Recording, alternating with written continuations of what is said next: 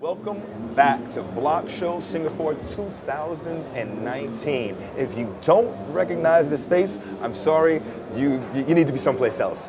This is an investor, maven, you've seen him all over the place, competitions, people are trying to say crap. This is the man, right here, Thomas Lee. Thank you so much for joining us.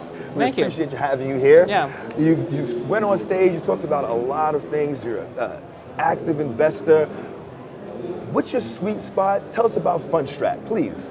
Well, we're an independent research firm. We do advisory. Today, it's mostly institutional investors, hedge funds, and mutual funds. We have clients in 16 countries. So I'm sure every time zone is covered by our clients. How do you keep up with that?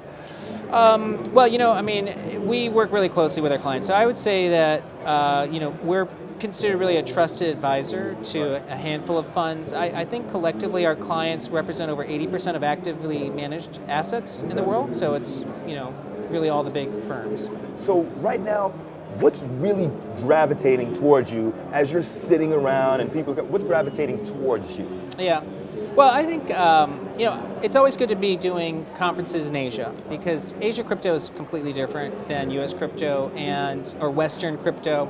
And I think especially in 2019 because I think there have been regulatory setbacks in the US that have really hurt adoption, whereas I think crypto is alive and well out here and really getting a boost recently from China. Okay. And do you think that's, why do you think?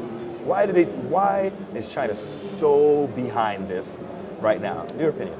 Oh, well, I think really at the end of the day, the two countries that govern really what the next 50 years are going to look like is U.S. and China. They're the two economic powers. They control, really between U.S. and China, over half of all wealth is controlled by those two countries. And, in China's cases, they're smaller and their desire is to become bigger like the U.S. And so I think, digital currencies, dominating the digital world, dominating certain technologies is a strategic initiative, and I think China's doing it quite well. They are doing it very well. What do you think the United States needs to do to make sure they're not trumped by China in the digital world? I think the U.S. strategy has been good. I think the U.S. has taken it slow. They're doing it in a regulated way, and it's not bad. It's not blazing fast, move fast and break things like China.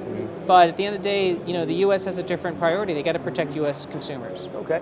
Before you run out of here, give me 3 sectors that you think will be affected the most in blockchain and AI, the mix of them, over the next 5 years. I'm just going to go low. I'm not even going to go 10 or 20 years. I'm just going to go 5. Yeah. Well, AI, 5 years, it's 60 months. I don't think a whole lot's going to actually change in the next 5 years. Okay.